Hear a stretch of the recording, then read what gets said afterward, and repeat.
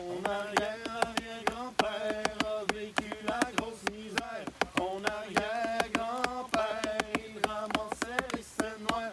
Et puis ton grand-père, il est devenu millionnaire. Ton père en a hérité, il a tout mis dans ses réels. Et puis toi, petite jeunesse, tu louais ton cul au ministère. Pas moyen d'avoir un prêt dans une institution bancaire. Pour calmer tes envies de hold-up et la caissière, tu lis des livres qui parlent de simplicité volontaire. Tes arrière-arrière-grands-parents. Hello, everybody, and welcome to Jump Podcast. I am Traveling Jackie, and that was one of my favorite opening songs ever.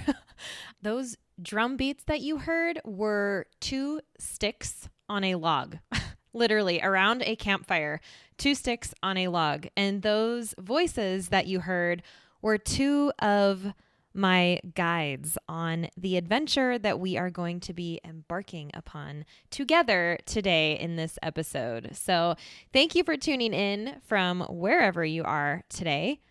Whether you saw the name of this episode and are curious to learn about Quebec, or if you're just in the mood for an adventure escape, you are in the right place. And if Quebec is not already on your must-visit list, I have a feeling it will be by the end of this episode.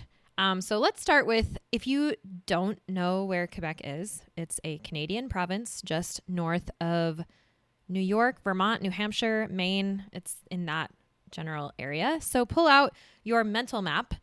And if you find New York City, drive north about 6 hours. You'll arrive in Montreal, which is sort of a gateway to Quebec. And then if you keep going another few hours northeast, you'll arrive in Quebec City, which is on the St. Lawrence River. And if you continue further north, another couple hours, where the map is mostly green with very few roads, you'll run into the Saguenay Fjord, which runs east-west. And that is the main highlight of our episode today. So we're going to do a deep dive into adventure in Quebec in the summertime, according to what I have personally experienced in the last handful of years.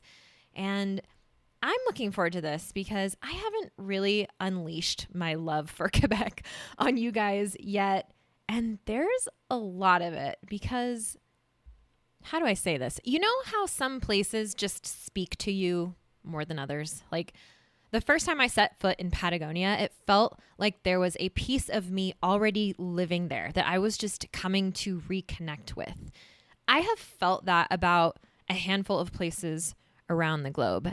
It's like as if I've lived a past life there or something. And one of those places is Quebec. Every time I go, I just feel like I could stay, like I could live there, like I could just dive into the language and make it my home for a while. They speak French, by the way, in Quebec, if you did not know that. I went back this summer, August of 2022, and it happened for me all over again. In fact, there's something super interesting about Quebec for me. Quebec was actually the first place I ever traveled to outside of the United States. Way back when I was like 11, maybe, we went to Montreal to visit some family friends. And I remember being blown away because I never knew before in my short existence up to that point that there was a part of Canada that spoke French. And it was so intriguing to me. I came home with, like, I kept one of my grocery store bags because it had French words on it. And I think I kept a loonie or a toonie or something. That's their word for they have a $1 and $2 coin, which I think is brilliant. So I kept some of their coins. I kept a grocery bag, and that could very well have been, I mean, this is what I remember as the beginning of my foreign language journey. And so it actually played quite an important role in my life to go to Quebec when I was like 10 or 11 and experience being immersed in a foreign language for the first time, because it was after that I came home and started studying Spanish. And then obviously everything kind of snowballed from there. So wow, yeah, maybe that's why I feel such a draw to this place. I don't know. But I digress. But I do think that all ties into why this trip to Quebec, why every trip to Quebec is a yes for me. I think Quebec is just a yes for me. And my intention for this trip was to reconnect with that feeling I always get when I go to Quebec, because it makes me feel alive and at home. And it certainly worked its magic again this time around. So here's what you can look forward to in this episode. First, we're going kayak camping on the Saguenay Fjord. And I hope that you're excited to hear about what that is, because spoiler alert, it is an organized trip that already has dates set for next year that you and your travel buddies or your family can book for yourselves. So I'm excited to share with you what that experience looks like. And to help with that part, we're going to be accompanied by two very special people, Simon Olivier and Felix, who, by the way, is the stick and log drummer that you heard in the opening of this episode. And these are two of the guides that you might also get if you decide to do this trip yourself. And then you could have your own opportunity to have a conversation like this one, because it happened during my actual trip on my actual tent platform at our campsite one afternoon. We had a happy hour chat about the experience and the fjord. We're going to share some fun facts too about how the fjord was formed and why there is a resident beluga whale population living in it, among other things. So if you want to join us for happy hour, get ready to grab a brew or a tea or a glass of wine or whatever, and bring your own seat to our tent platform chat. And while we will mostly focus on the fjord activities here today, I also want to give you some ideas for what to do with a couple of days in and around Quebec City, because that is where you will be passing through on your way to Saguenay or from Saguenay. And it is absolutely worth spending a couple of days there. So, and then I'm going to close this episode with a little musical bonus listen for you. So by the time we're done here today, you should have plenty of ideas to go kayak camping or to create your own super rad adventure itinerary in Quebec, which, remember, you can drive to from really just about anywhere in North America. So be sure to check the show notes for all of the links that you might need to help you with your Quebec travel planning, including the direct booking link for the kayak camping adventure. And if you like what you hear today, please reach out and tell me how much you also love Quebec or want to go there, because I feel like all these trips I'm taking there might lead to a jump weekend or some sort of group adventure trip in Quebec at some point. So I definitely want to hear if you are keen. And there are two major ways that you can have your voice heard. Hit us up on Instagram at jump.adventures or find me at Traveling Jackie. And we have created a way for you to tell us what kinds of adventures you want to go on and where. We now have a survey on the website, especially for you to share your thoughts. And you can find that at jumpadventures.com/survey. The link is also in the show notes. We are already learning a lot from it, and we read every single response. So please do voice your opinions there if you want to travel with us on a future Jump Adventures trip. We're so grateful to Osprey Packs for partnering with us and supporting the podcast. So please stay tuned for more about them later on. I have an opportunity for you to join me in real life for some real travel. Here's the latest Jump Adventures update. We are going to Greece for a bike and boat island hopping adventure this May 9th to 16th, 2025, and we still have space left. Check out jumpadventures.com to learn more and book now. We're going to have a yacht all to ourselves with ensuite cabins on board, so you get to sleep in the same bed every night as we start in Athens and make our way west toward the island of Corfu. You'll have your own bike for the week, e-bike if you want one, for cycling the islands as we go, in between meals crafted by our private chef on board, and all the relaxing you want to do on the top deck under the Mediterranean sun. These bike and boat adventures are our most carefree and relaxed trips. All you have to do is say yes and show up, and there's still space. Head over to jumpadventures.com to grab your spot now, and we'll see you there. Okay, to start today, I'm actually going to share a story from the end of the trip, from the end of the fjord, and I know it's not normal to start at the end, but I want to take you to a freaking dream world right here on Earth right now. So just come with me, because this might be a way to show you what it really feels like to be in this place on the Saguenay Fjord. Let me start with a question for you. Have you ever done a through hike or a paddle of any kind such that when you arrive at your final destination, you can look back on the trail or the river or the canyon or whatever it is with a sort of knowing in your heart? It's like, all right, can I geek out here for a minute? In Spanish, there are two words for to know. Saber and conocer. Saber is to know like a fact, okay? So like, I know that Quebec is north of Vermont. Conocer is to know on a relational level. Like, I know you. I know this place well. So to continue with my point here, there is a village called Tadoussac where the Saguenay Fjord meets the St. Lawrence River. It's at the end of the fjord. It's at the end of the journey for this kayak trip. And any tourist can drive there. Any tourist can walk the beautiful boardwalk around its cute little peninsula and take photos of whales right from where they stand and enjoy the very unique scenery around them. And after that, they could say, I know that Tadoussac is at the end of the Saguenay Fjord. I've seen it, or I've been there. Whereas when you earn the steps, when you earn the paddle, when you have spent days hiking a trail or paddling a river, or in this case, a fjord, you experience it on an intimate level and it becomes part of your story. You become part of its story. You know it on a relational level because you have spent time with it. You've earned that knowing. Tadoussac is a tiny village. It's a 400-year-old tiny village at the mouth of the Saguenay Fjord where it opens up into the St. Lawrence River.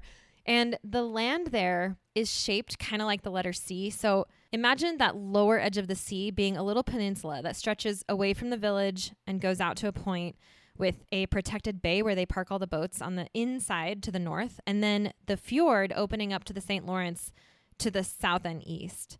There's a wooden boardwalk built around this little peninsula, and you can walk the entire thing in like 10 to 20 minutes. It's not big, but it's a dream. I remember walking by myself we had some free time on the last day of the trip before dinner, and I walked from town out to the boardwalk, paralleling the fjord, watching the waves and water currents and the sun sparkling on the water everywhere. And a white beluga whale came happily swimming out of the fjord, heading into the open waters of the St. Lawrence. And right from the boardwalk, I watched this Arctic whale on its little whale highway just doing its thing. And then I heard a commotion to my left, and there was a minke whale that everybody was pointing at. And a minke whale is like, it's kind of like the body of a humpback, if you know what that looks like, the kind with the big chin, but it has the coloring of an orca. So it was black and white. They're super cool, and they're much bigger than belugas. And when they surface, they usually surface 3 to 4 times before diving back under the water for a while. So I just stood there and watched it until it disappeared. And there were a lot of tourists out on the walk, on the rocks, watching the whales, watching the ferries, watching the whale watching boats come in and out. And I just remember thinking, these people drove here just like I did last time. I remember being in Tadoussac several years ago. And to me then, it was just a small village with a whale museum and a lot of whale watching boats, one of which I joined for a tour and got to see some whales, which of course was super rad. And it was pretty, but honestly, it was just a village that was even kind of annoying to get to because we had to wait for the ferry to cross the fjord because there's no bridge. You have to take a ferry. And then, of course, we had to wait again on the way back. And we were only there for, I think, the whale watching tour. We were only there for like a few hours. And I thought of that as I looked around at all of these people who also just showed up here. And then I looked back along the fjord, just knowing where I had seen a minke whale around the bend earlier that morning, knowing how many miles until the next campsite, knowing there's a trail high above the North Shore that one day I think I want to run the length of, knowing that 4-meter to 6-meter tides are super tricky for camping, and knowing how fast the wind and the currents can pick up on the water, knowing how to listen for and spot beluga whales, knowing how lucky we were to have spent the past 6 days paddling ourselves to this very spot where I stood. I earned that view. I paddled 47 miles to get there. I learned that fjord. I spent time there with the whales and the currents and the weather and the trees and the stars and the people. I felt like I earned it, and I will never look at the Saguenay Fjord the same again. And that's what happens when a place or a person becomes part of your story, right? So in that moment, I felt so different from all the tourists around me. And right then, in the middle of my deep thoughts, Rua, my tandem kayak partner on that trip, she's born in New Zealand and lives in Vancouver, British Columbia. She showed up right beside me, and with a huge smile, she said, and I quote, "I have traveled a lot in Canada. I thought I'd seen the best of Canada. But then you come to a place like this. Isn't this the most beautiful place in the world?" That's what she said. And her smile was so big. Her eyes were so genuine. I could not argue with her in that moment. Two people who have seen much of the world standing in absolute awe of our surroundings. This place is magic. I walked as far as I could out onto the rocks. The tide was coming in, so everybody was being careful not to get too close to the waves that were starting to lap up on the rocks. But as I stood there and looked up, another minke whale decided to pass right in front of me. I mean, it was within 50 meters of where I stood on the edge of the rocks. It was so cool. I mean, what was this place that I could just go for a little walk on the boardwalk along the water and actually watch massive whales that are really close to me? And to know that I had kayaked there. It was so different. I honestly had the exact same feeling when I hiked the Jordan Trail and arrived to Petra, because all these other people had just walked through the front gate and were crowding my view when I had earned every piece of it over the last 5 days hiking there. It was the same feeling. I think it's one of those that if you know what I'm talking about, you know. And if you don't, I want to invite you to explore that. This particular multi-day kayak adventure was not easy for me. I'm used to hiking or biking trips using my lower body to propel myself forward. So I was for sure challenged, but that is one of the reasons I felt so rewarded standing there on that boardwalk at the end of the fjord. This is the difference for me from my past visits there and this one. This is the difference between the two knowings and the kind of knowing you get after an adventure experience. I had known of the fjord. Of course, I'd seen it plenty of times. I had known of Tadoussac from previous visits, but I didn't know these places on a personal, relational level. And this time, because of the nature of slow travel and this kayak camping expedition, it all meant so much more to me. And I love Quebec even more now. So here we go. So now that we've started at the end, let's backtrack a little bit. And before we jump into that campsite chat that was 5 days into the experience, let me try to set the stage for you a little bit. So this was a Row Adventures trip. You might have heard that name before. This is actually my second Row Adventures trip, and Row designs group trips for water sport adventure seekers. And in this case, their local partner in Quebec is a company called Saguenay Aventure. It's actually in French. In English, it would be Saguenay Adventures. And Saguenay, just so those of you who have no idea what it is that I'm saying can understand the word itself, Saguenay is spelled Saguenay, Saguenay. Saguenay Adventures is the company that actually supplied the guides and facilitated the trip, which is why you're going to be hearing from them today. So to start this trip, we arrived in Quebec City. And like I said, I'll share more about some things you can do in Quebec City towards the end of the episode. But that's where this itinerary starts. And transportation to and from the fjord was included from Quebec City. So there were 9 of us on this trip, 3 lovely couples from Washington State, 1 New Zealander turned Canadian who lives in BC, Rua, the one that I mentioned from my Tadoussac story, and 1 more German girl who had never been in a single kayak before and absolutely crushed it that week. So shout out to Carmen. We all got picked up at a hotel in downtown Quebec City, and we were driven the 2.5 hours to Chicoutimi, which is toward the western end of the fjord. And that's where we met our guides and got our gear for the week, which included sleep sheets for sleeping bags, dry bags to carry both in the kayaks with us and to pack our extra stuff for the campsites. We did have a support Zodiac, so they transported our extra clothes that way, which was super nice. We didn't have to have everything in the kayaks with us. So yeah, that night we had to repack into the provided dry bags, and we were also given wetsuits and booties, etc., so that we could be ready to start kayaking the next morning. And we got so lucky with the weather. We had mostly sun and warmth the entire time. The only exception to that was that first day. We had a bit of clouds and wind and waves. And if I'm being quite honest, I was definitely ready to be out of my kayak by the time we found our campsite. Which, by the way, there are only a handful of campsites along the fjord, and they are all by reservation. So we had these campsites reserved just for our group, and they are well-designed sites. They have platforms for each tent that are built along trails in such a way that they aren't all next to each other. They're kind of spread out in the forest. Sometimes you can see your neighbor, sometimes you can't. Usually there were kitchen shelters, just like simple wooden shelters. And if there weren't, our guides set up kitchen tents. But we had picnic tables at each site, and a campfire, like a fire ring designated usually. And the guides, and especially Chef Simon, who you're going to hear from in a little bit, cooked for us and took care of all the dishes and everything. I mean, they even mixed our cocktails. This was a culinarily luxurious tent camping trip. Is that a word? It is now. Seriously, I cannot speak highly enough of these guys.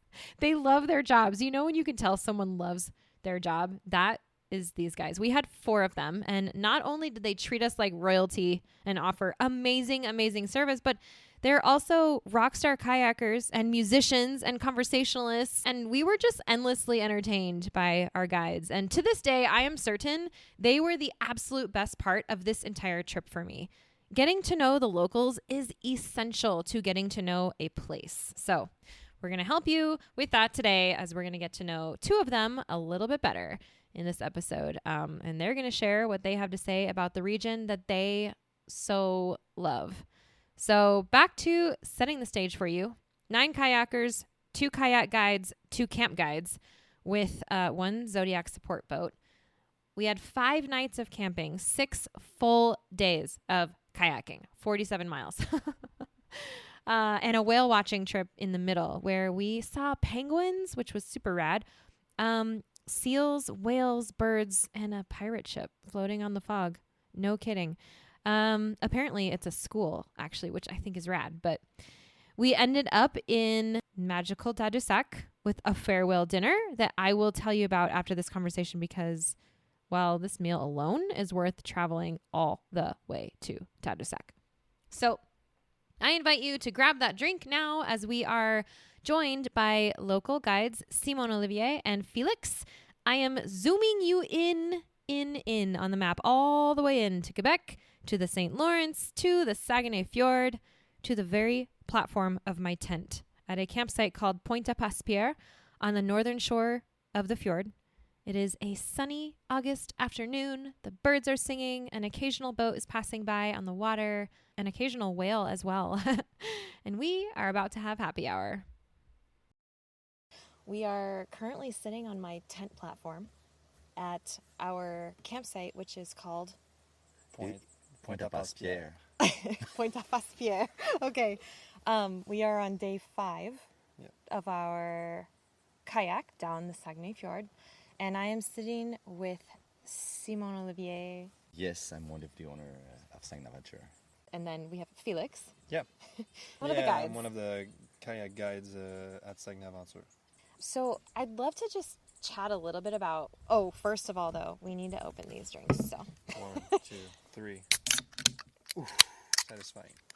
Salud. Yeah, salud. What are we? Salud. Salud. No, we Salud. say What are you we saying, say we friends? say santé. Santé. Santé. All Yes. right. The important part. Very Drinks good are Perrier. open. Yeah, you're drinking. Mine is a Boreal. Yeah, blonde. It's one of the first microbrewery that got in Quebec. And that was like in the 90s. And since they got there, many others start to do microbrewery. So now it's not anymore a microbrewery because it's very big, but it still has its own Still a little local- specificity. It's still yeah. a local identity that's really Yeah. important. That is interesting because Quebec is very known for its beer scene. You guys have a lot of good beers here. So, yeah, local beer. I'm going to give it 2 thumbs up. This is a pale ale. What are you drinking? I'm drinking Oh, a sparkling water. It's seltzer. a Oshlag seltzer. Oshlag is also a microbrewery, if I remember Yeah, correctly. it is. Is it in Montreal? Yes, in Montreal. Yeah, in Montreal. Very nice. Okay, well, for our happy hour, Yeah. let's talk about this region. Yeah. So, maybe you can orient us on a map. Like, where are we and what are we doing here? Why are we in this place? Well, Saguenay region is pretty much in the middle of Quebec. So if you look at Quebec and then you see the St. Lawrence River, in the middle of that, you're going to have a big river, which is the Fjord, that enters into the north. And then you have a big lake named Lac Saint-Jean. So that's pretty much in the heart of Quebec, as you look at a map, you know. So actually right now we're at pretty much the end of the fjord, so near the St. Lawrence River. The East End. Yeah. Yeah, because we have kayaked here. Yeah. Yeah. We start at the very beginning almost, and then St. Rose du Nord, and then we have done like you say like a 5-day kayaking, which is some good days, huh? It's a lot. It's so much kayaking. Usually I do hiking trips that are this long, and this is completely opposite for yeah, me. It's a completely different world. Yeah, and every campsite we arrive are very different. So it's changing a lot, you know, more and more to go, because here the fjord has been built by the glacier. So originally it was a big cracks, okay, in the terrestrial crust, and then with all the glaciation that we had, like the last 80, especially the last 80,000 years, okay, the last one left the scenery that we have. So it's like 100 kilometers long. We have like with the rocks and the water more than 700 meters of deep.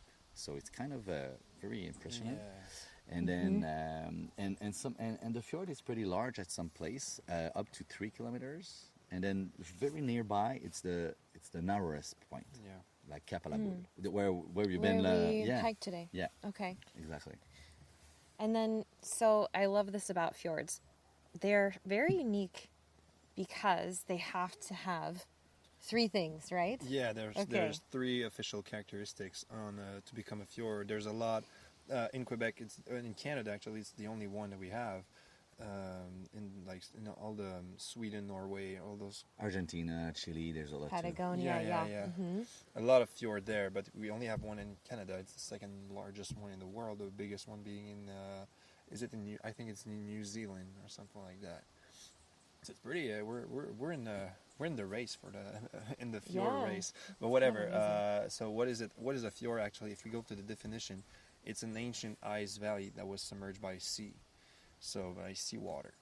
As Small said, in about 250 million years ago, there was a phenomenon that we call the graben, which created this canyon, the big crack that we are paddling on right now. It was 100 kilometers long, about 2 kilometers deep. That had nothing in it, it was a big canyon. There we go. And then after that, there were 4 major glaciation period, and the last one being the Wisconsin glaciation that started 90,000 years ago. Then when the glacier actually that was there was 3 kilometers thick, putting a lot of pressure on the mountains, and once it started melting and going away into the sea, like on the eastern side, it actually did like a cheese scraping on the mountain, and Like a bulldozer. yeah, like you a know? bulldozer, and then left a lot of sediment in this canyon, filling up about 1 kilometer of the initial crack.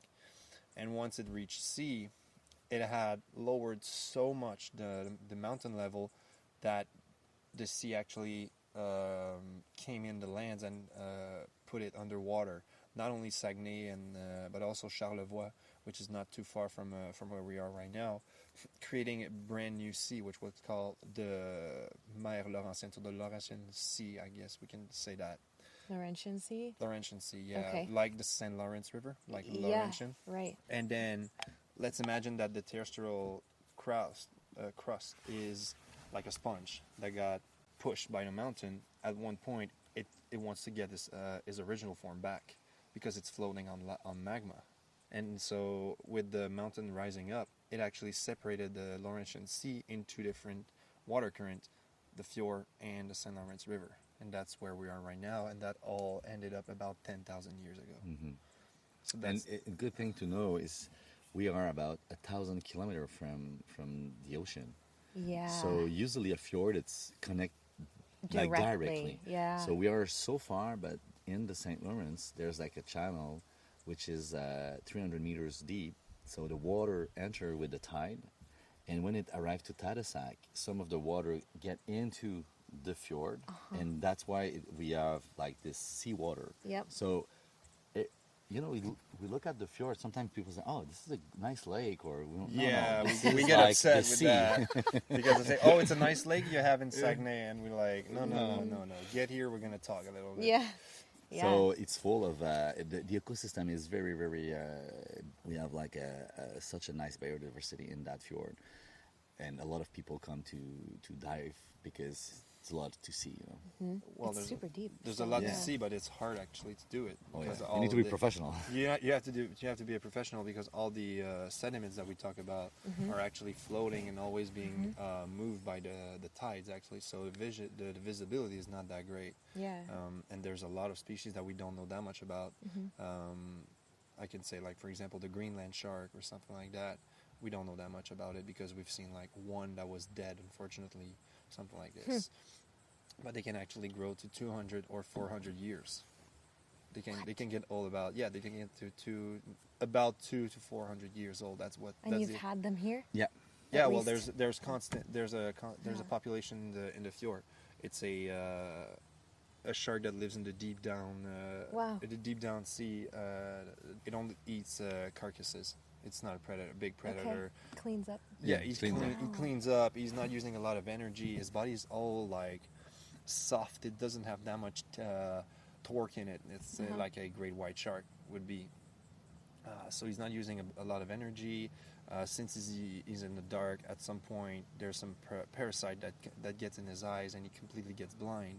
But it doesn't matter because he's Doesn't in the matter. dark He's anyway. just using Oh my he's gosh. just using the current Monsters to in move. the deep. Amazing. And it's Wow. actually one of the third. He's in third place for the biggest shark in the world.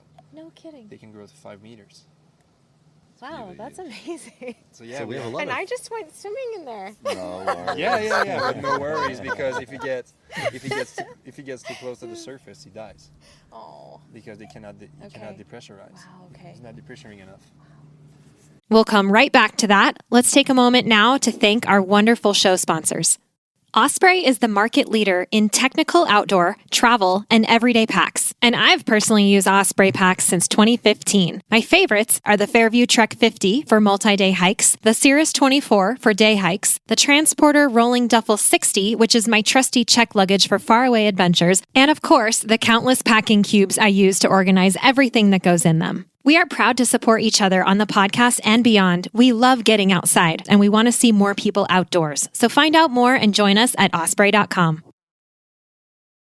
So this water does appear black, which I think is super cool too, because most, like river water, you can see brown sometimes with rain runoff, but it's blue, it's clear, or it's green, and this is like really black, but it's from all the sediments. Yeah, it's the sediment that comes from all the rivers, because all the rivers around here is full of sediment, and the sediment is it's like iron sediment, kind of. A lot of minerals. Yeah, like a mineral. So it stays on the top, and then the sun doesn't penetrate in the water because there's so much sediment. It's so So that's why it looked that dark. dark, but Yeah. in the meantime it's just that the light doesn't go through, Right. But you see, people always like, as you said, clear water, transparent one. They go, oh, it's so exotic.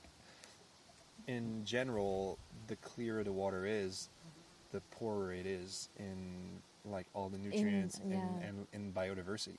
When That you makes have sense. when you enter in a swamp and you walk a few, like you take a few steps and there's like dust, dirt, and all Yeah. that comes out, that's actually really rich, and there's a lot of animals in it. And it's pretty much what we have here in the fjord. Since you cannot see about 10 meters down, well, that's just because there's a lot of things going on at the same time, and that's what makes it unique and really nice. So And it's easy to see beluga whales because they're white. yeah, We've seen a whole bunch of yeah, we've beluga seen whales already. we've seen today during the hike. We've seen some on water. On the whale watching cruise. On the And then we yesterday, did a whale yeah. watching cruise also. So a good thing about beluga is why we have beluga here. It's very interesting because all the belugas are in the north, in the Arctic. So there's about 100,000 over there. But when Felix explained before, when the glacier left, he left he got the beluga came here because it was like very cold and cold water. It There was was their the migrating elements. period. And then when they want to return, they got stuck because the ice was blocking Yeah. them to go back to Arctic. So they stay here for 1,000 years about, and it became their habitat. So they never came back to Arctic. So Now have a resident population. so they're now a resident, and and unfortunately they're endangered. Endangered, yeah. They're endangered. Yeah. So there are only about 900 left, which is very low. The official number we got this year was 889, Yeah. compared to the early 1900, which there was about 10,000 in the resident population only. Yeah. Because of course, as Simon said, the Arctic population is completely safe. There's no danger for them. They're not endangered. But it's the one we have here that we're trying to protect. And we've talked about this once we got on the water, like probably the first day we got on the water. But basically, if you're in the fjord or in a major part of the St. Lawrence River, you're in the marine park of Saguenay-Saint-Laurent. So it's a protected area. It's an area that was created 25 years ago to protect mainly the belugas, but then after that, pretty much all animals or fauna and flora that could be found here in the fjord, or in the marine park, sorry. And it covers 1,245 kilometers square. So from Cap Alès, it's almost where we started, just a further more than Saint Rose. Then we go into the estuary, and it goes like a T shape on the coast for to Les Escoumins, and on the south shore, on the south side is Gros Cap Alès. So this is the region that is. There's a lot of surveillance. There's some patrol with the Coast Guard, with Parc Canada, as we saw one of our good friends that you met yesterday, working for Parc Canada. He has a very important job trying to protect, sensibilize people about this situation. Yeah, actually, we have seen those speedboats coming Yeah, into the we fjord, had a Right, we did see situation. a couple. which is We totally did, yeah. illegal. Yeah, we got those guys reported, right? They Yeah, were reported, and a few educated. times. Yeah. That's what he told us, is that they sat with them for like half an hour Yeah, and it's just not only finding taught them people. about It's, it. Yeah. yeah. So that's a good point, actually, because this whole area is a national park. Yeah, it's a national park in the inland, On land. and when you're on the water, it's the marine park, Marine which park, is okay. a part Okay. of federal and provincial park. It's like kind of a co-direction. And so, what are you supposed to do if you see a beluga? You're not trying to go like Towards toward it, them, right. So you need to go at least 400 meters from them, and then technically you're not supposed to stop If you're in a near boat, right. in a 900 meter. Okay, wow. Yeah, So, half yeah. So a you mile. just keep going. You keep going, just try yeah. and avoid them and keep going and not mess with their habitat. Yeah. It's hard when you're kayaking because you don't have a lot of You maneuvering power. Yeah. But in a boat, you're supposed to be able to just do around Get them, away, you know. yeah.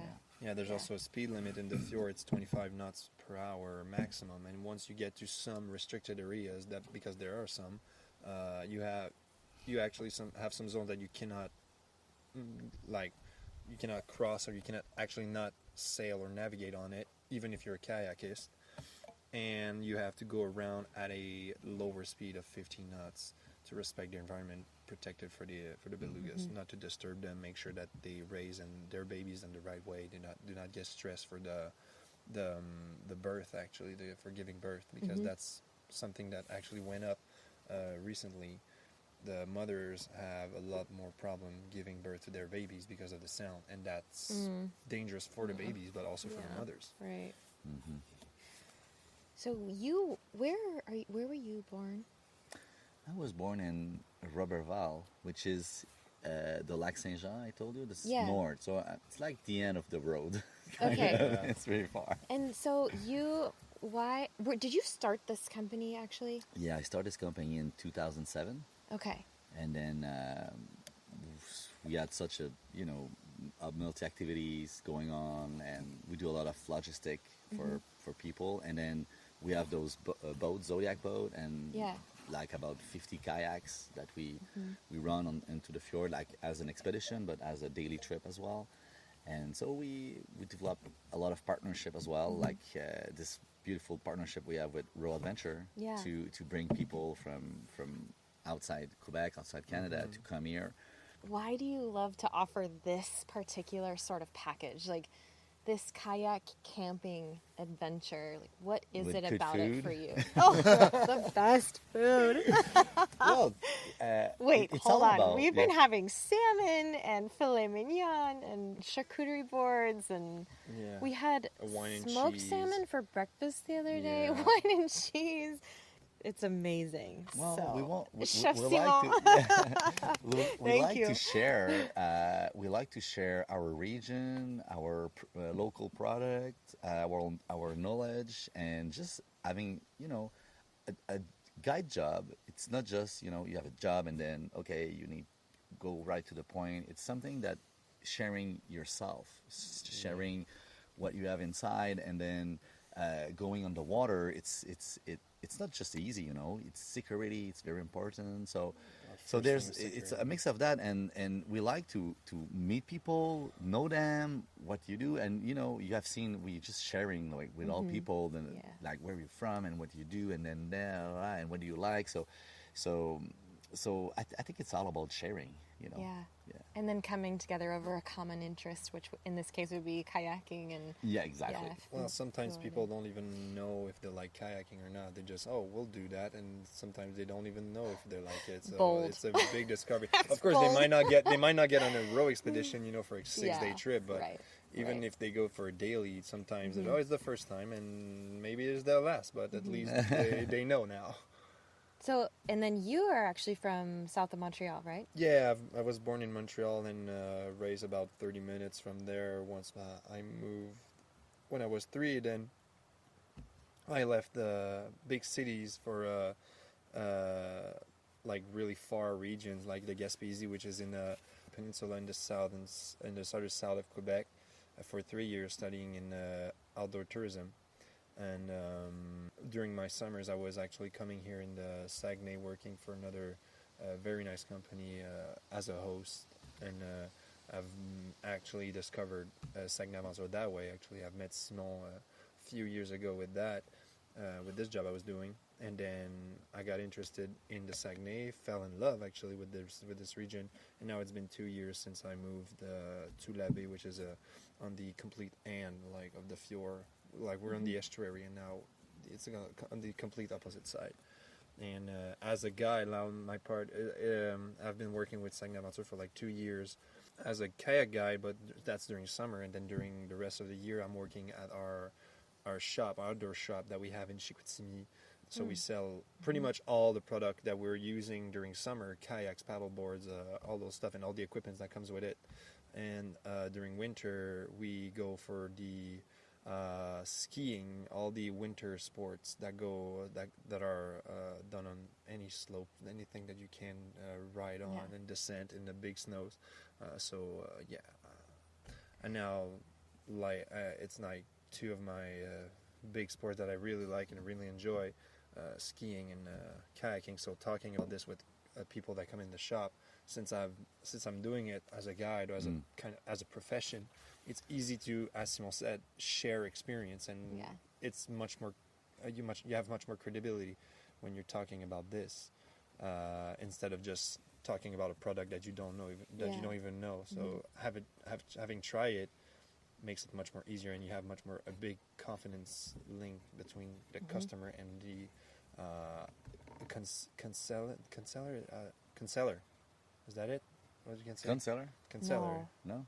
I don't know You're if there's the a trad. advisor. It's like an advisor. Oh, is kind it an of. advisor? Yeah, I you don't know. can. There's a trad- Adventure advisor. But it's say good that you know your product basically. Like Yeah, yeah. That's our main goal, actually, giving advice, make sure that everybody has a safe practice during whatever sport they do, and of course we're like reflecting that while we're doing kayak expedition like this. Security comes first, then fun.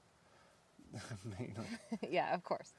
If someone was going to come on vacation here or come to explore the fjord, I mean, I always recommend that people get guides and do a guided thing like what we're doing, because it's just unmatched. Like when you get people like you two I can just ask you anything and here you are to like share with me and whatever. It's so different when you get an experience with locals. But if somebody has their own car, maybe even brings their own gear or wants to rent gear, they could rent.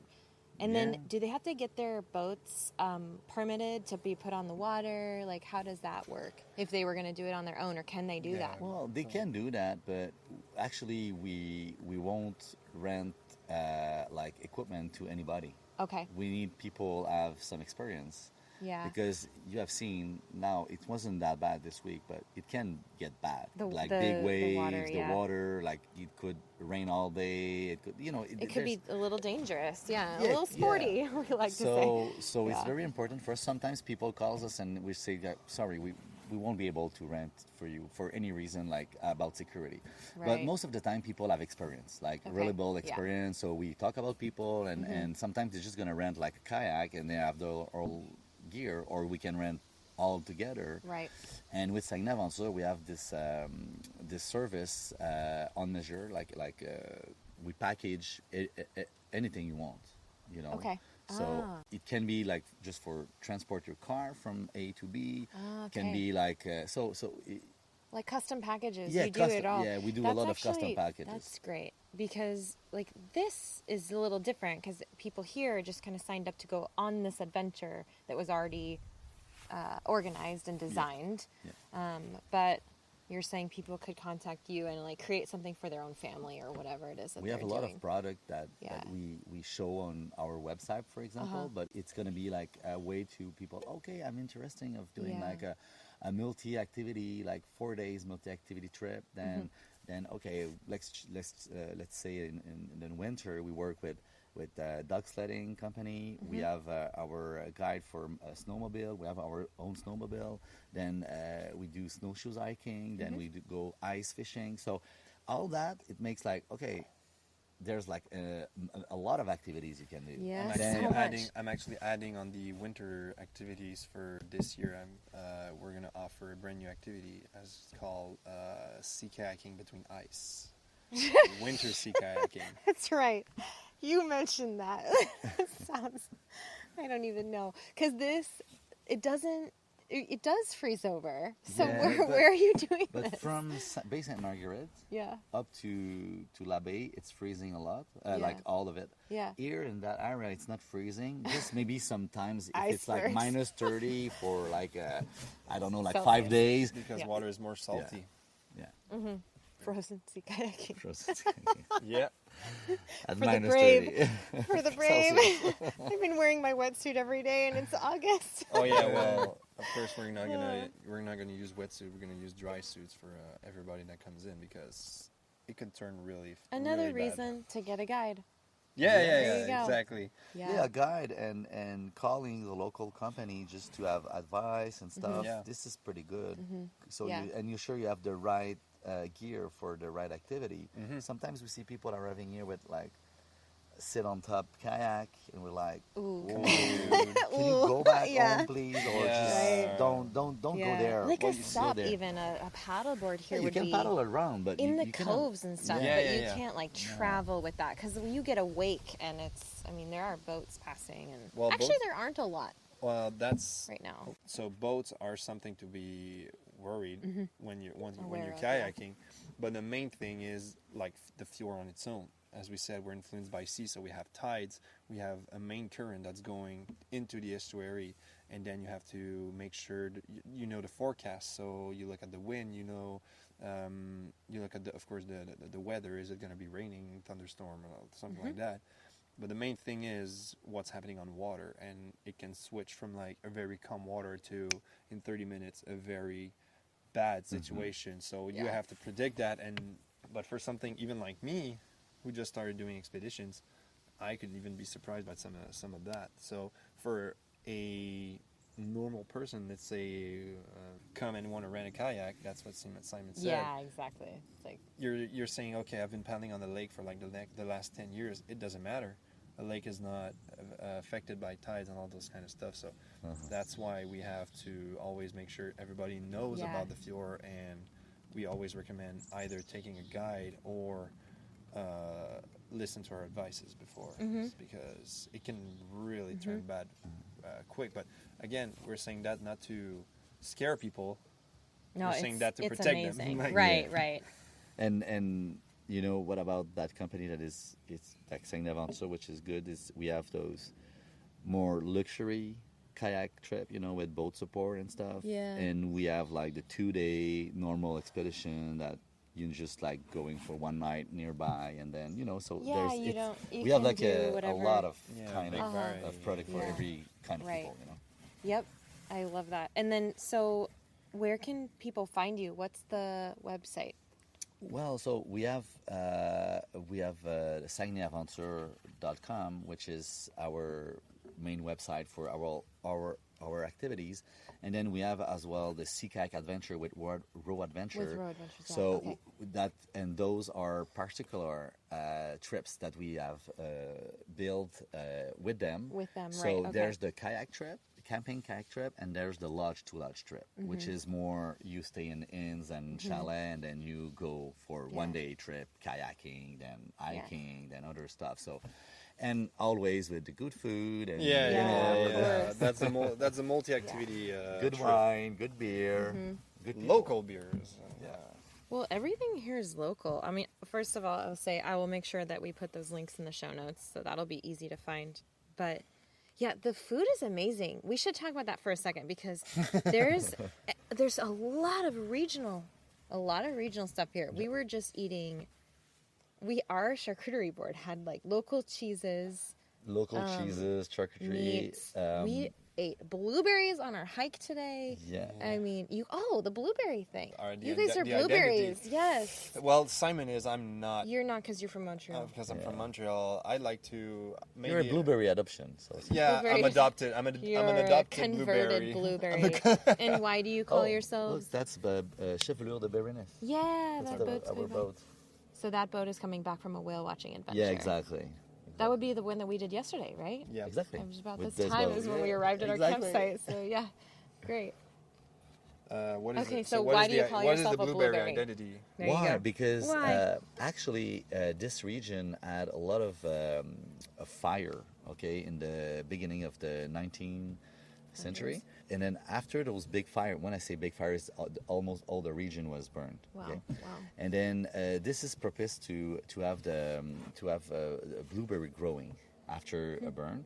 So in the not the field but in the forest, we had a lot of blueberry growing, and then the industry of blueberry is very strong here. And that much that there's a lot of people who start in the 60s and 70s to cut the forest and to harvest blueberry. So in Lac Saint-Jean and a little bit here in Saguenay, which is the same region, but we have a lot of that, and it's one product that we have, and we are recognized for that. So as that, people from here, they got to be called by other people out of the region. There's the blueberry region. There's the bleuet. So I'm a bleuet. Yeah. Which is a blueberry. I love it. So that's our. We are the blueberry. You're the blueberries. Yeah. Okay, that's fun. So, how about from each of you, if somebody was going to come to Quebec, why do they need to come to Saguenay? If they're coming to Quebec, why make the trip? We're 2.5 hours north of Quebec City. Most people go to Montreal. Well, it's because it's the main airport. Yeah. So, why should they come here? Well, why should they come here? Firstly, it's about adventure. all the whole region is about adventure. So if someone want to have a good adventure, whatever the activity, it can be kayaking, canoeing, can be hiking, can be whatever. Like there's so many activities we have around. So and main activity, but small activity around. Like we have the zoo, Boreal Zoo. We have like many kind of like water sports as well, and campsite and camping. So there's a lot of adventure. Everything is an adventure because everything is far. Everything is huge. You have like big. Or let's say isolated. They're not necessarily far. They're just isolated because we're right here. We're not too far from a city, like from a village, but we're still it's isolated. remote. We still Remote. we And feel- all the best exact- places are remote. Yeah. Yeah. So Really? yeah, and I think not only Saguenay-Aventure but many companies around that's our friends because we all talk together and we want this region grow, but grow good, I mean, not just having more and more tourists. We want to have the quality and security. So I think the company around are very reliable and professional. So I think someone who comes here won't be taken charge by like a whatever company that doesn't have the permits, doesn't have the insurance. So Right. everybody is very strict on that. Like here. professional. Yeah. And And we have a lot of association around. They help us. You have talked with Julie a lot from the tourism board. The tourism board is very into the not only the adventure tourism, but especially in that. So we work a lot on that, and the quality of the product is very, very high. Yeah. Yeah. And then the fjord. The fjord is something very interesting to attract people, but you need to make an activity on it, Yeah. because it's hard to access and see Right. that much. But if you want to Yeah. live it, Enjoy it. enjoy it, Yeah. you need to be on the water. Yeah. It's been over 12 years that I run the fjord in Kayak, in Zodiac, whatever, and I'm still amazed. I think I'm more amazed than the guests that I bring to it. Yeah. I'm just love like, that. wow, Yeah. all the time, all the You see, time. another thing I can add about why you should come here in Saguenay. It is the start of everything, almost everything here in Quebec. So it has a very big historical part, a big historical part here in the development of this region. Like if you want to know about this region, of course we can help you as Saguenay-Aventure go onto the fjord and relive like the same adventures as the first explorers did once they came into the St. Lawrence River or went into the fjord to discover the first natives tribes that were already here. And there's a lot of as I said, historical weight on this part. on this region, in this region. So there's a lot to learn.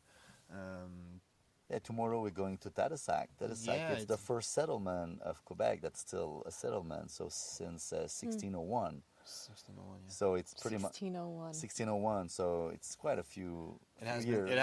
It has been the I economic. mean, It yeah. has been the economic center of Quebec since Pure, since the early days. trade. Yeah, it was a trading center, and it has been there since the beginning, with Samuel de Champlain and all those guys who. Look, there's belugas around. Oh, we got belugas with Really? us. Yeah, Oh, right in front over there, Oh my God! at the end of the point, of course. like in the middle. Of course we have. Well, we said of And you course. see the We're wind seeing so many just today. got down. Yeah. I think there's There. a You seal see it? also. I see it. I With the also see blow? what you think it You might see be a the- seal. There's a seal there. Yeah, there's a for seal. sure He there's just- a there's a seal. seal. He just dove. Yeah, he just went down. His little head So the was beluga up. is just further. We can see the blow. Yeah, that's the trick to recognize them, Yeah.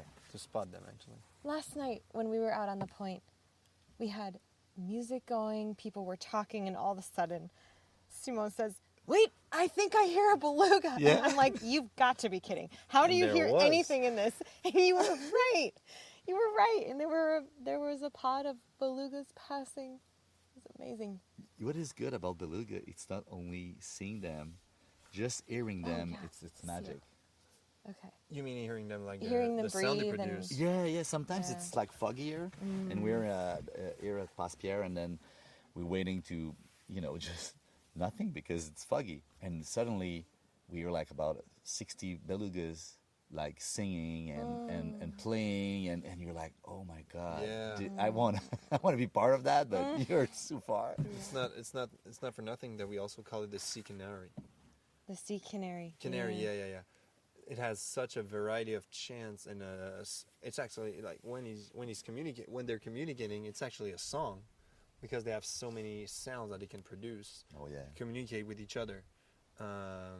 If you ever listen to some beluga sounds, because it has been recorded, so it is possible to listen to this.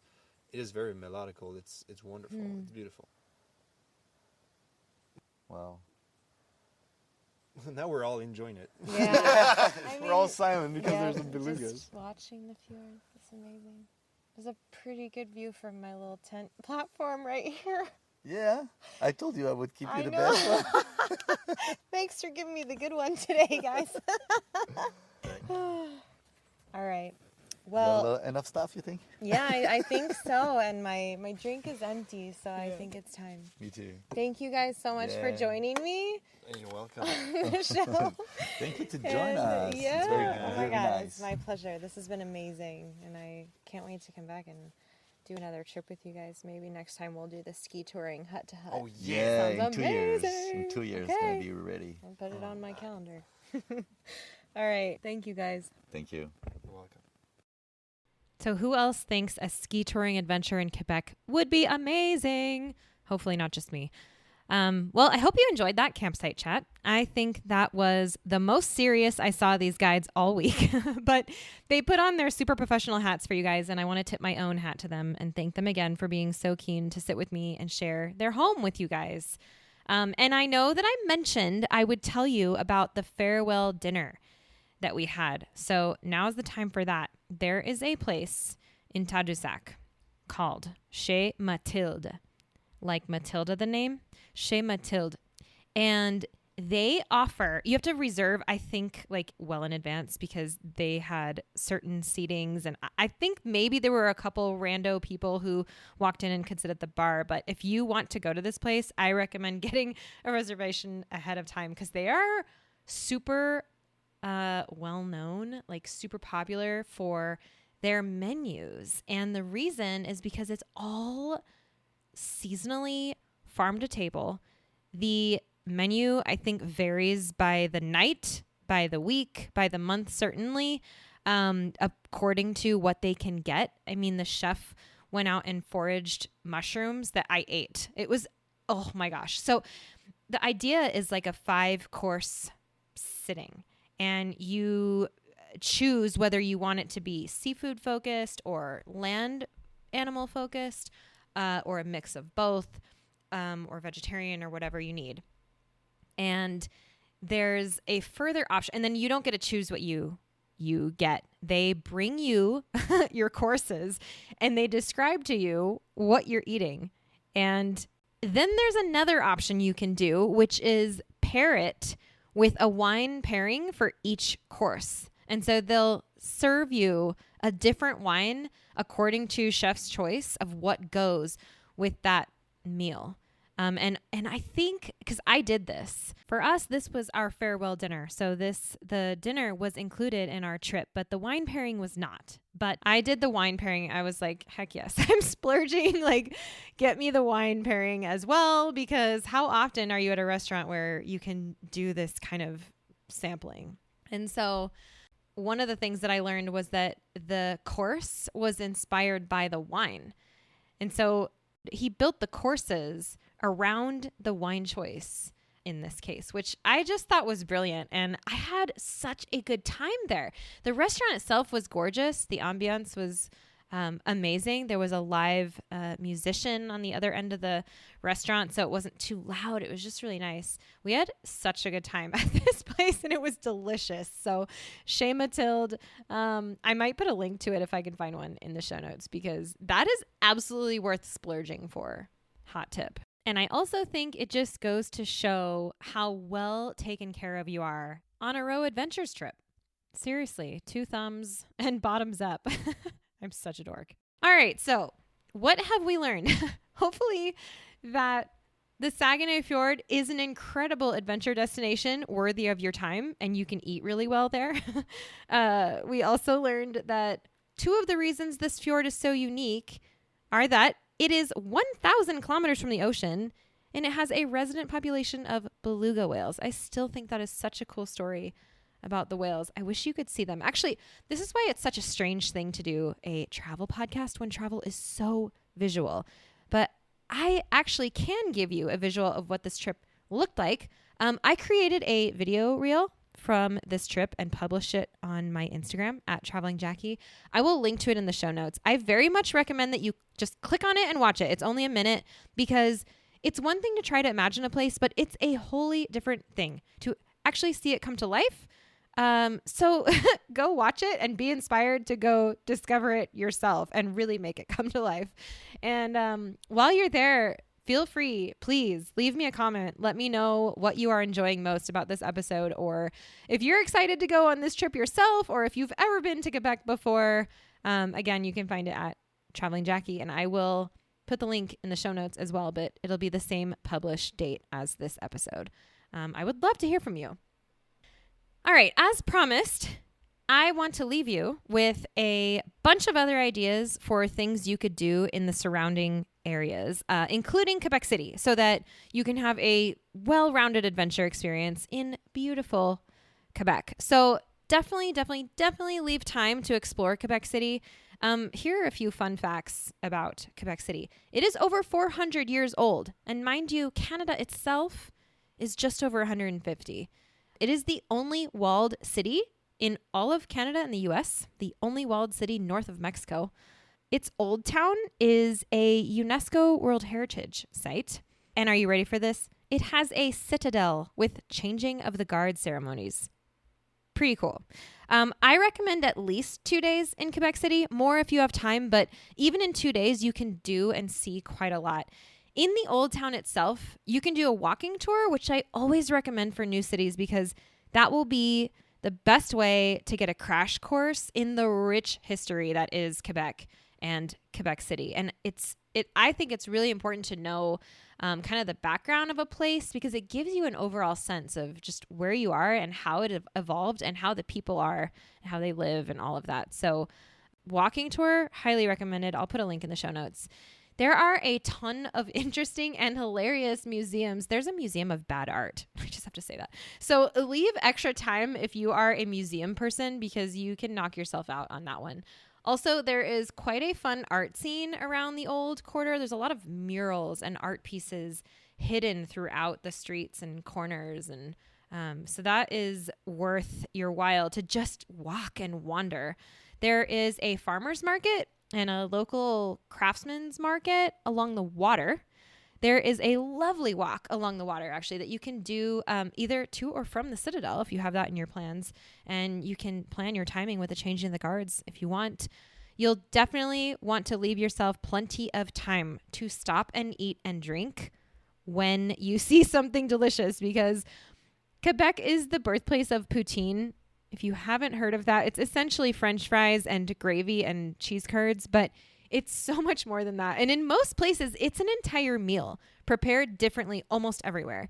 And it's a delicious indulgence. So be sure to indulge.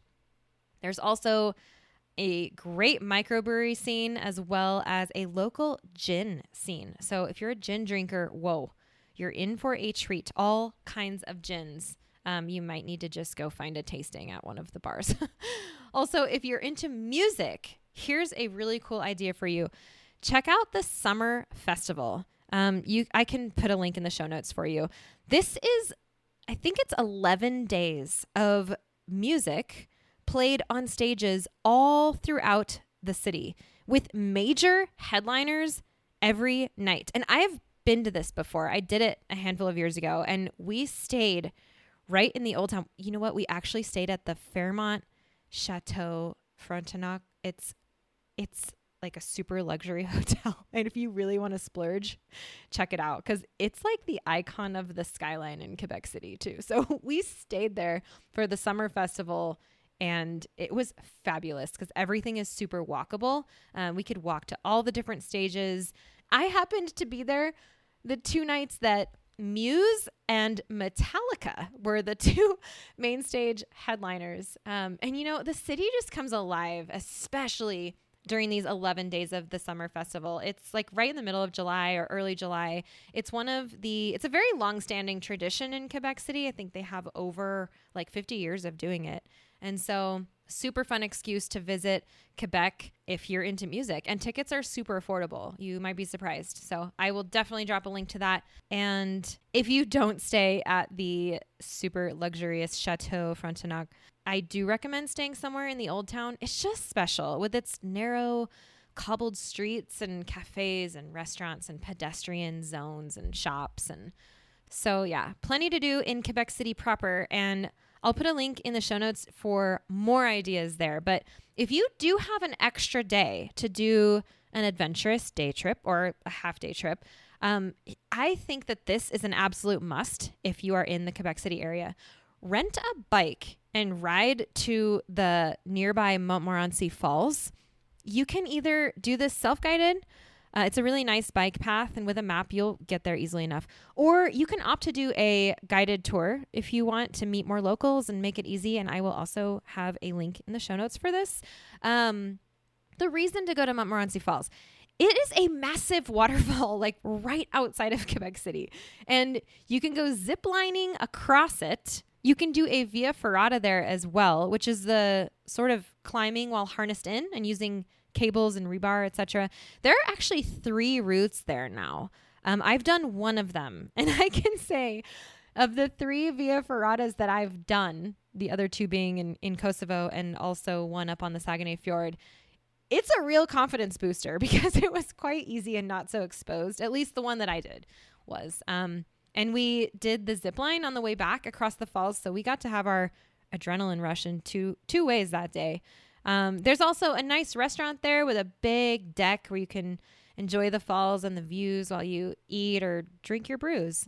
So it's really a nice day trip or even a half day trip out of Quebec City, and it'll get your adventure muscles going.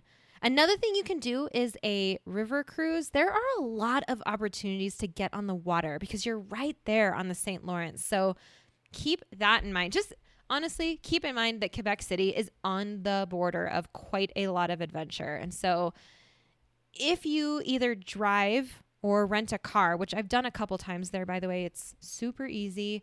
I even have rented a car and driven it over the border and back before through Hertz. So it can be done. It's easy. But if you're close enough to bring your own car, or if you can rent a car, all of that adventure can be yours.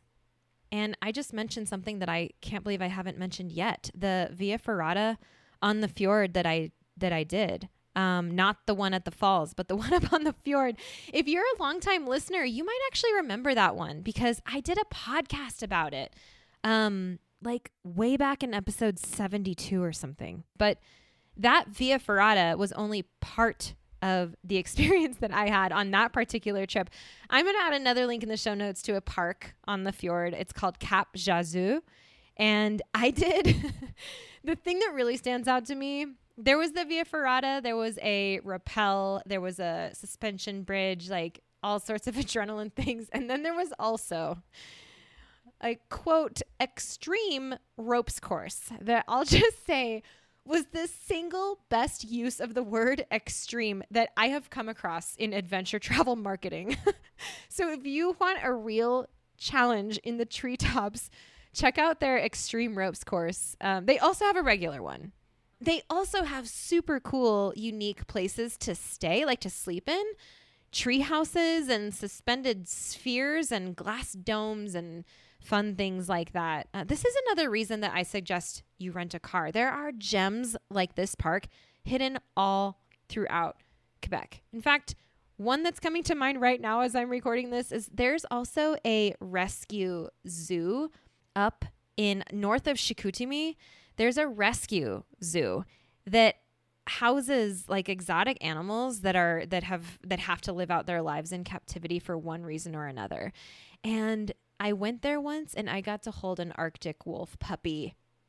Arctic wolf puppy. I got to hold it and play with it. They specifically wanted it to get used to people because it had been born in captivity and you can't put it out at that point. And so they wanted it to get used to people. And so, there's so many just hidden gems. And for years, I have dreamt of driving my truck with all of my toys, like all of my summer gear and camping gear, out to Quebec during the summer so I could just have time to slowly explore and knock myself out with all the adventure that is to be had in this incredible, incredible place. So I think we might be done here for now. It's only a matter of time before I go back to Quebec, but I hope you are feeling inspired to go explore Quebec. And like I said, get on that survey at jumpadventures.com/survey. Let us know where you want to go, or hit me up on Instagram. Tell me if you'd be interested in a trip to Quebec with Jump Adventures, because I would love to know. And if you want to do this particular kayak camping adventure with these amazing guides in this incredible place, it is yours for the booking. Go next summer. The link is in the show notes, along with all the other resources that I have mentioned. So to wrap up, we're going to close in the same way that we opened, with the same song, actually. I'm going to play the whole thing for you because it was just done so well with 2 sticks and a log and a fire under the stars by 2 guides who just go above and beyond to create a special experience. The song itself is called Dégénération, like degeneration. And you'll hear the fire crackling as well. You can imagine yourself there with us alongside the fjord, under the Big Dipper, sitting around a campfire. Thank you for listening. I truly hope you have enjoyed being here for this beautiful, natural, adventurous experience in Quebec. Ton père, il l'a vendu pour devenir fonctionnaire. Et puis toi, mon petit gars, tu sais plus ce que tu vas faire dans ton petit 3,5, ben trop cher, fret en hiver. Il te vient des envies de devenir propriétaire et tu rêves la nuit d'avoir ton petit lopin de terre. Ton arrière-arrière-grand-mère, elle a eu 14 enfants. Ton arrière-grand-mère en a eu quasiment autant. Et puis ta grand-mère en a eu 3, c'était suffisant. Puis ta mère en voulait pas, toi t'étais un accident. Et puis toi, ma petite fille, tu changes de partenaire tout le temps. Quand tu fais des conneries, tu t'en sauves en avortant. Mais y a des matins, tu te réveilles en pleurant quand tu rêves la nuit dans une grande table entourée d'enfants. Ton arrière-arrière-grand-père a vécu la grosse misère. Ton arrière-grand-père, il ramassait les scènes noires. Et puis ton grand-père, il est devenu millionnaire. Ton père en a hérité, il a tout mis dans ses réels.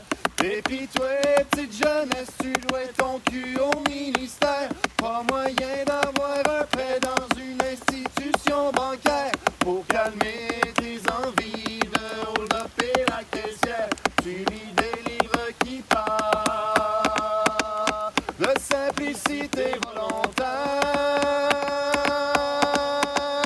Tes arrière-arrière-grands-parents, ils savaient comment fêter. Tes arrière-grands-parents, ça swingait fort dans les veillées. Puis tes grands-parents ont connu l'époque, yeah. Tes parents, c'était des discos, c'est là qu'ils se sont rencontrés. Et puis toi, mon ami, qu'est-ce que tu fais de ta soirée? Éteins donc ta TV, faut pas rester en cabané. Heureusement que dans vie, certaines choses refusent de changer. Enfile tes plus beaux habits, car nous allons ce soir danser.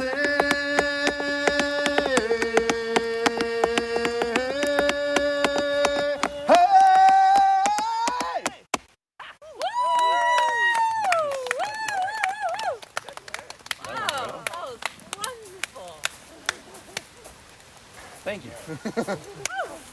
Welcome in Quebec. Welcome to Quebec, where we play songs on a log. Quebec can be played with 2 sticks and a log. 2 sticks and a log.